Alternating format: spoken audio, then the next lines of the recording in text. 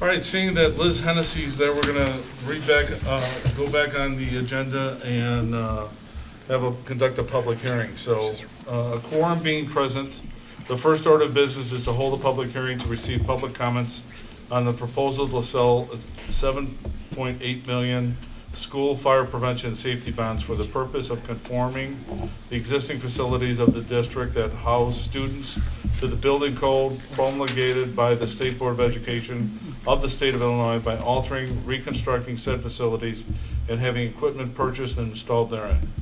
Due notice has been given of this public hearing and all other statutory requirements preliminary to the holding of such public hearing has been compiled with. The discussion is now open, and Dr. Skinkis will present the information on the proposed issuance of the bonds. Okay, on page 10, Marianne, of the board packet, so we can put that on the overhead. This is a summary. We had previously conducted a first hearing, but it was posted, the Suburban Life certificate showed that, our receipt showed it was posted in the Suburban Life for Riverside, Brookfield area.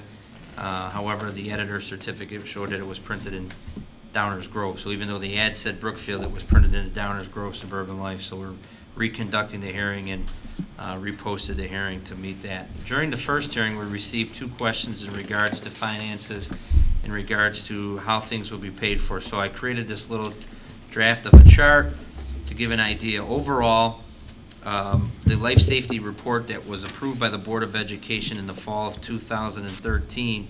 Remember, a life safety report is required by school code every 10 years. This district's architect conducts the life safety report, and the school district had roughly $9.1 million in life safety work. Of that, 7.6 was actual life safety survey items. 10% were contingency, and 10% for architecture fee. So that equals roughly $9.1 million.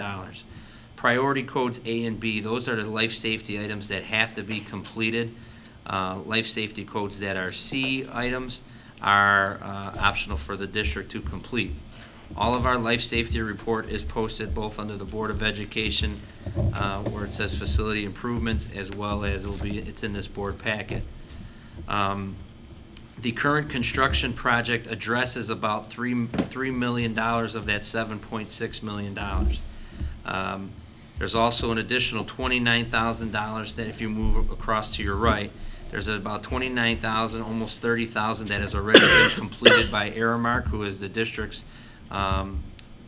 building and grounds and custodial service provider. And there's additional $239,000 that roughly can be completed by Aramark over the life safety survey. So the balance of life safety work is about $4.3 million, 5.2. If you look down at the bottom, the second part of the chart, our current construction project estimate is about $9.8 million. Of that 9.8, 2.4 is roughly applicable in that life safety. And then the rest of it would be paid for out of the $8.9 million grant, so about roughly $7.4 million.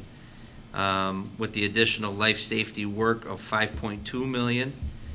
So if you took the 2.4 and the 5.2, that comes out to be roughly $7.6 million of applicable life safety work. The board, by conducting this hearing tonight, is just given an opportunity to state to the public that we're looking at the possibility of purchasing bonds. By conducting this hearing, it does not require us to purchase life safety bonds. These are items that are not covered in the current construction project, as I broke down on this chart. I'll also put this chart on the web under the board tab where the other facility documents are, as well as it'll be available in this board packet. Liz Hennessy from William Blair is present tonight again to go through the different options the Board of Education can choose in the event they want to purchase life safety bonds to help finance these projects. The board needs to remember that we do have some debt from the 2006 referendum that was the building bond referendum. Some of those bonds are callable in December of this school year and December of next year. So there's some opportunities to take advantage of low interest rates. In the event we choose to do some life safety bonds, those costs could offset each other significantly and have a minimal impact on the local taxpayers.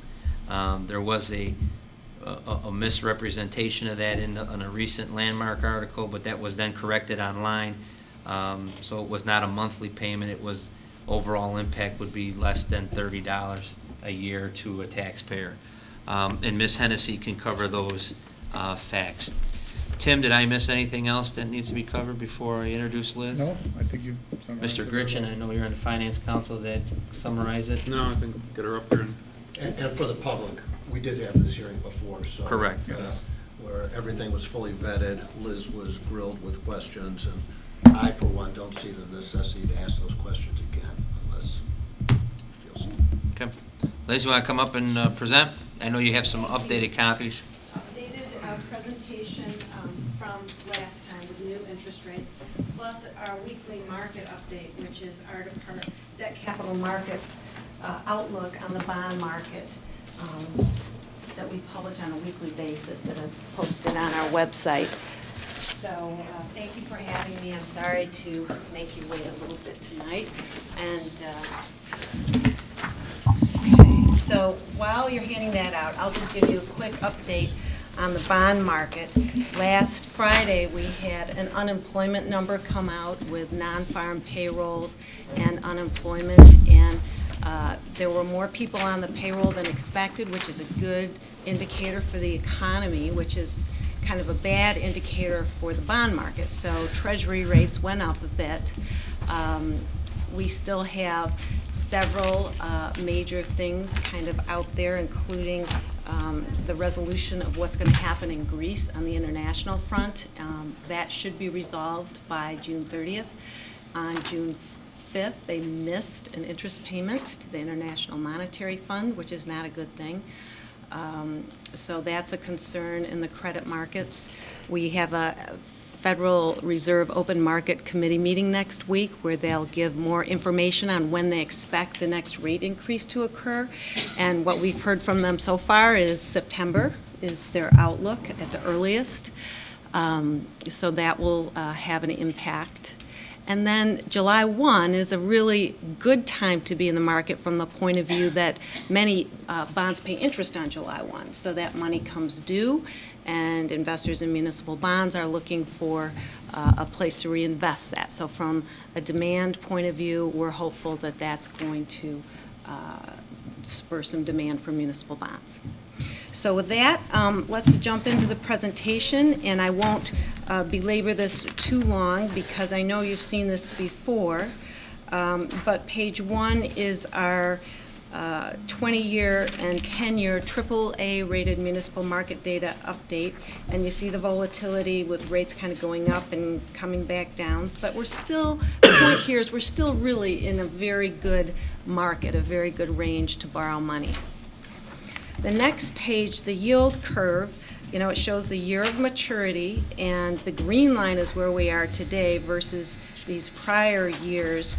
And as we mentioned last time, the yield curve is very steep in the first 5 years, meaning short-term rates are very, very low, and then they raise quickly in the first 10 years and then kind of flatten out. Something that I thought might help you is to talk about the yield curve from the view of an investor. If you're an investor in bonds, typically most people want to stay very short on that yield curve. Why? Because they expect interest rates to go up. So that demand for that very short-term paper is what causes those very short-term rates to be so low, because that's where most investors are demanding paper, because they're waiting to see when rates will go up. The yield curve shape reflects the expectation that yields will go up.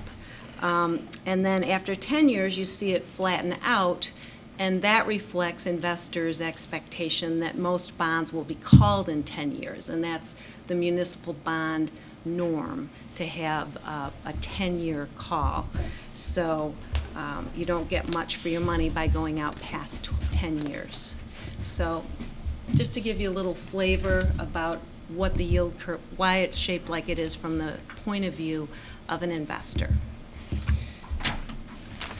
Just reviewing quickly the outstanding debt, we have focused on the 2006A bonds, which are callable December 1, 2015. Mayor, can you make the percentage maybe closer to 100, so if people can see it on camera? Thank Or in the you. audience? Yeah, Thank maybe you. even more than 100. Yeah, maybe a little bigger. Thank you. Sorry, Liz. No worries, that's helpful. So bonds are callable in advance of the call date, but when you call them on a current basis, that means they can be refunded again on a tax-exempt basis. So we want to try to do that if possible without incurring interest rate risk. So you can call bonds on a current basis within 90 days of the call date. So that brings us to September 1, 2015.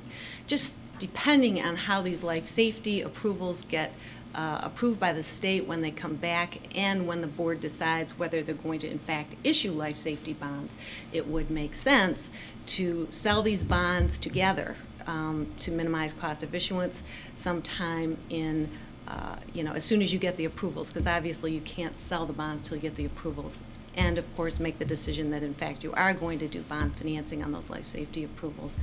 But I would envision some sort of kind of mid-July, late July pricing of both of those, and we could close that refunding bond after September 1. Then we have put off as much interest rate risk as possible with the impending September increase by the Fed, and refunded those bonds on a current basis, which again is important because if you refund them on a current basis within 90 days of that call date, you're able to refund them again on a tax-exempt basis should you have an opportunity to refund again or need to restructure in the future. So it's just a nice flexibility to have. So just so that the public understands, two things. The current interest rate on these 2006 bonds are at what rate, and what do you think they could be refinanced at? They're at 5%, and let's see, I think I have this somewhere. Roughly, you don't range. Yeah, you can see the coupons in orange right there. They're Yeah. 5% coupons. And so the refunding rate is probably going to be around 3%. I don't have it in this presentation, but approximately. So around 2%. And then when we refinance this and we go out to life safety, we're going to do this as a package, right? So we're going to be talking about a much bigger number than whatever we ultimately decide on life safety, right? So I don't want to Right. freak out the public when we're out there and all of a sudden there's a story that says we're refinancing 20 million, or we're going out looking for 20 million worth of debt. Part of it is old debt, part of it is going to be new debt. Correct. Okay, just want to make sure that. Yep.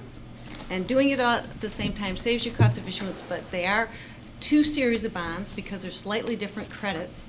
The life safety bonds are limited tax general obligation bonds paid from that debt service extension base.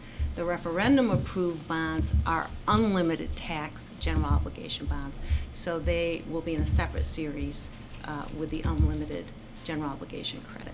And that refunding would be about 15 million. 15 million. So which interest rate's going to be higher? The refunding bond interest rate will be higher because unless we restructure those bonds, right now we're looking at repaying them with the same final maturity that they have, Okay, all right. which is 2025.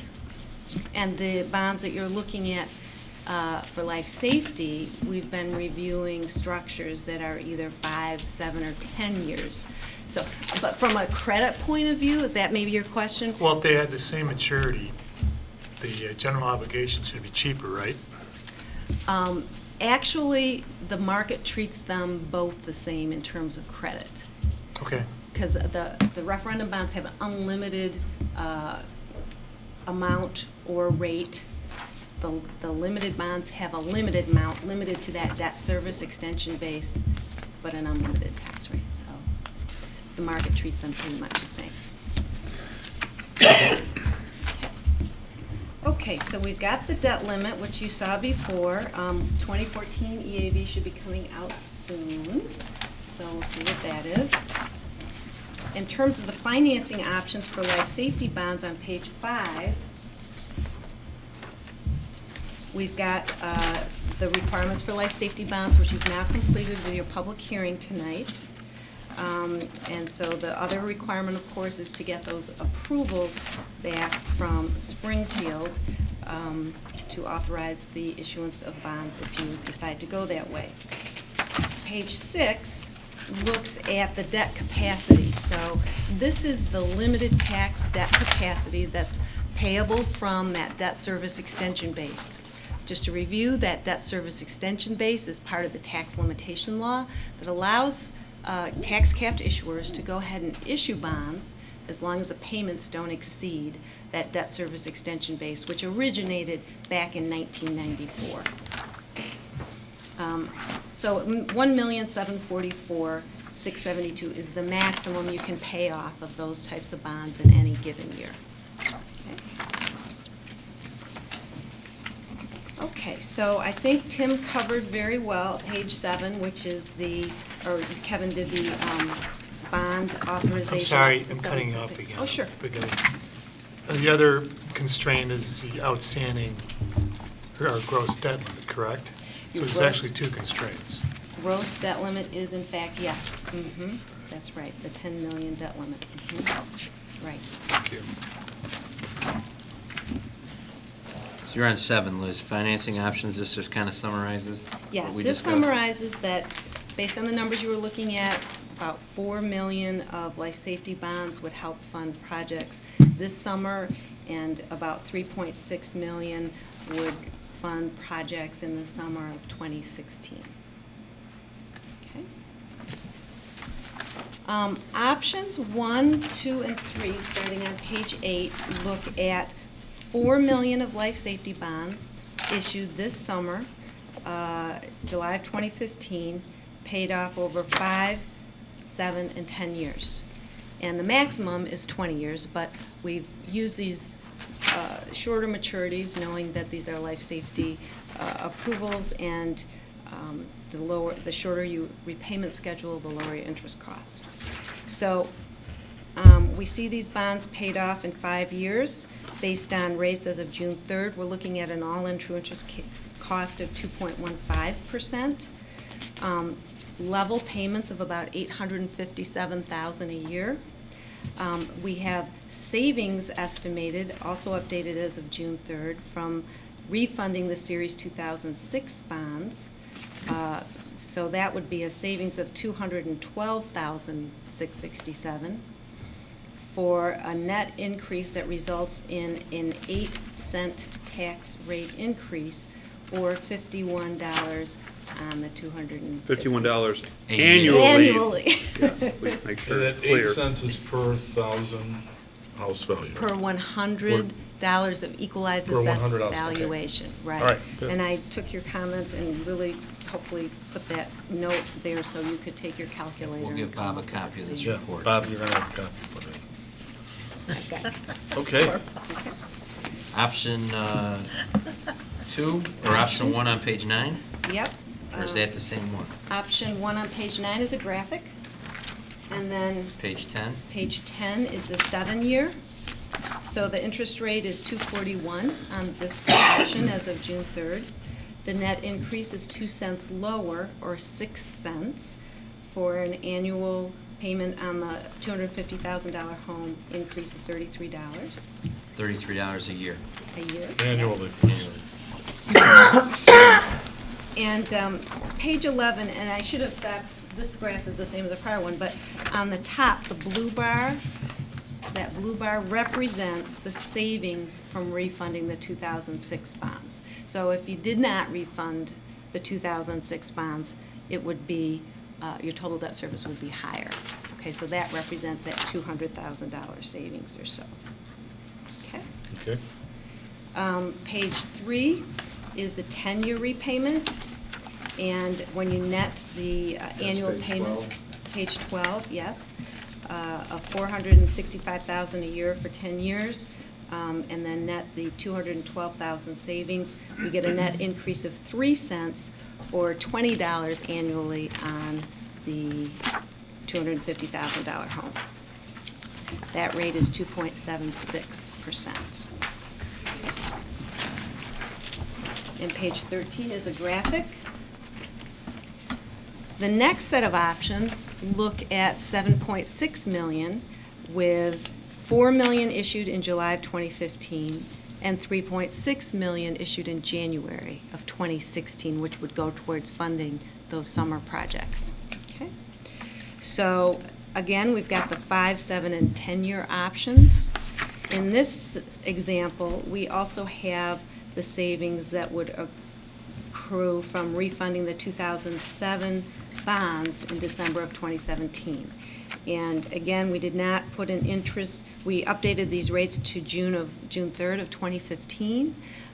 When we get closer to talking about that 2007 refunding, we can look at some estimates of increases in rates. Hard to know right now what it's going to be in 2 years from this year. So the net increase is, for both issues, net of the 2006 bond refunding is 18 cents. Okay, so that's $112 on the $250,000 home for the 5-year repayment. So really, for the taxpayers, that's the number they should think about. Presuming the market stays good and the yield curve stays the same shape, we will have refunding savings from the 2007 bonds, which would then decrease the rate by another 3 cents, or 15 cents per hundred, or $91 a year. Okay, does that make sense? Okay. Okay. So that's the 5-year repayment for 7.6 million in life safety bonds. Page 15 is the graphic, which again shows the savings on the top bar, and then the navy bars are the 4 million, and the purple bars are the 3.6 million. Option 2 is a 7-year repayment. Just stretching it out 2 more years gives us a net increase of 13 cents or $78 annually on the $250,000 home, which, if the 2017 refunding comes in view, drops 4 cents actually to 9 cents or $57. So it's not, when you get this, when someone looks at this report, it's not 78 plus 57. It starts at 78 for the first 2 years, and then it goes down to 57. Yep. We should make, do we have a note in that, in either a sub-note or something that? Yeah, I've just been showed- kind of talking about it, but I can put another note on here. I think we should That put would be another note helpful. on there and say that, or what you could do is take the 18 and 112, put it for the next year, and then the other years, this is what the impact will be, the increased impact will be Just need to annually put- for that. Just need to put a note about the effect of the refunding. That should do it. Or something else, but, we want to make sure that people understand this. Absolutely. I'll do some examples and run it by. I'll circle it in the see what- report I'm going to give to Bob. Okay. All right, Thank you. Okay, so page 17 is a picture of the 7-year repayment. Then page 18 is 10-year repayment for the 7.6 million in total life safety bonds, 4 million this summer, 3.6 million in January. And this is a 9-cent increase, or net 9-cent increase, $53 on that $250,000 home annually for those 10 years, dropping down 4 cents if we're able to execute the 2007 refunding in December 15 by 4 cents down to $32. Okay, So it's again, a really, it's 53 for the first 2 years, depending on how we can refinance those 2007 bonds. It'll drop maybe to 32, maybe to 34, but it should drop. Right. So this covers all the options for the board and for the public hearing, but, being that we have through the summer of, well, probably to the summer of 2019, I don't think, if the board chooses to take out life safety bonds, I would not recommend going all in with the 7.6 right off the bat. I think we could probably break it up so that we can address some of the roof issues and other life safety issues, and then once the second set of bonds became callable, do a second part of issuance, and that would still give us plenty of time to address the roofs, all the remaining roofs and life safety issues before 2019. That's just a suggestion. That we're not at that point because we have to wait and see what gets approved through the state. Any questions for Liz?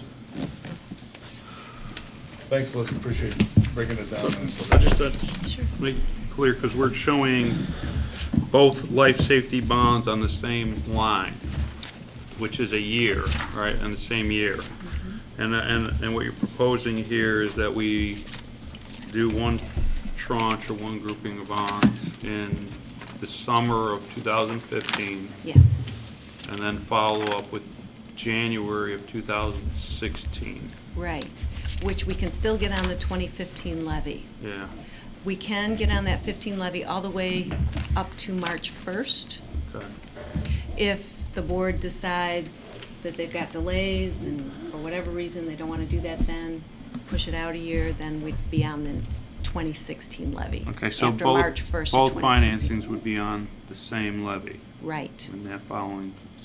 yeah. Any other questions for Liz?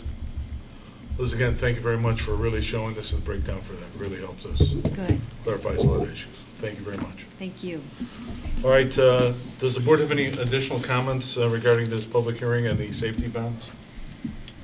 I just think it's the important thing to make sure the public understands that even if life safety bonds are used, which is the school district's right under the school code in order to address these life safety repairs, that refinancing of these other bonds really offsets a lot of that. And it's not free money, but it's very good value, at $20 or $19 a year for taxes to help address the roofs and some of the other items. So I just have a follow-up question with Liz down on since it's going to be in the subsequent year levy, right? Are you talking about, it's going to be on the same levy year, whether we do July and then January. The dilemma we have is to see between July and January whether interest rates have a substantial change. And that's our risk, right? That's our risk. Choosing to go with the full 7.3 in the summer 7.6, yeah. versus doing it for the 6 months later, and the risk that we may have on interest rate and how Or how much even doing interest it, as Kevin said, 2 or 3 years down the road. Yeah. Yep, and it really depends on your timing, and we can do a nice analysis to look at, presuming you're going to go with 7.6 and then making the decision all in July, or some in July, some in January, the time value of money, you're paying interest on that 3.6 million Correct. for an extra 6 months. But we'll get a little back on not Yeah. dollar for dollar. We'll get a little back on the backside, but So we right. look at that versus Versus how the much interest rates. risk that we may take on that. Right. But Kevin, when you were saying finance, are you proposing to hold off until the summer of 2016 and do it in the subsequent levy year? Or were you envisioning doing it in He said a January? couple of years later. I think we could do it in the summer of 16, first do the levy. Because all we submitted right now was the 1.3 million related to, we submitted about a total of 5.2, but we didn't even, to be immediately looked at. That was our highest impact roofs and life safety items that needed immediate attention. So right now, the state's But reviewing. you're anticipating spending on life safety next summer, correct? Right, but some of the money that the board approved Amendment 19 and Amendment 20. So you can't bond that money out till we receive approval from the state. I understand. So we have not submitted Amendment 21, which would be the rest of the 7.6. But you're envisioning next summer addressing the rest of life safety, or you just want to expand it to 2 summers? 2 summers. All right, We should have enough time to expand it to 2 summers. okay. Any other questions? Is that correct, Tim? All right, let it be noted, thanks Liz, I appreciate it. Let it be noted there was no written comments from the public concerning the proposed issuance of bonds were received by the district office. The meeting will now be open for public discussion, and all persons desiring to be heard will be heard at this time. Public discussion will focus on the subject of this public hearing. You will be given an opportunity to speak later about other items or other subjects regarding the school. The Board of Education welcomes and encourages the participation of its citizens in the business of the school district. Citizens are welcome to raise questions or make comments. Comments will be limited to 3 minutes per individual and cannot be combined. Please note the Board of Education will not answer questions or engage in dialogue during the visitor's comments. If a person would like additional time to address the board, such a request should be submitted in writing 48 hours before the meeting to the superintendent. In addition, the Board of Education is interested in receiving suggestions and concerns from members of the community. Any individual may make a suggestion or express a concern at the district or the school office. All suggestions and/or concerns will be referred to the appropriate level staff member or district administrator who is most able to respond in a timely manner. Each concern or suggestion shall be considered on its merit. An individual who is not satisfied after following the channels of authority may file a grievance under Board Policy 2:260, Uniform Grievance Procedures. Neither this policy nor the Uniform Grievance Procedures creates an independent right to a hearing before the board. For more details, please refer to Board Policy 2:230, public participating at the Board of Education meetings and petitions to the board, and Board Policy 8:110, public suggestions and concerns. At this point, I'd like to have visitors' comments regarding the public hearing we're in right now. On this side? Anybody on this side? All right, seeing that all persons desiring to be heard have been given an opportunity to present oral and written comments, a motion is requested that this hearing be adjourned. Resolved that the Board of Education, Township High School District 208, Cook County, Illinois, hereby declares that the public hearing concerning the proposal to sell $7.8 million in school fire prevention and safety bonds be adjourned. Do I have a second? Second. Second by Gary Can we Gritchen. have the amendment, or the resolution amendment to 7.6, because that was what was discussed? Yeah, well, let's make it 7.6. I amend. Okay, Gary, you all right? Yep. Okay. Okay.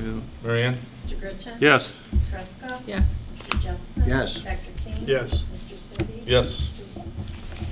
The motion carried, and I now declare the public hearing on the proposal to sell the $7.6 million school fire prevention and safety bonds adjourned, and the regular meeting will now proceed.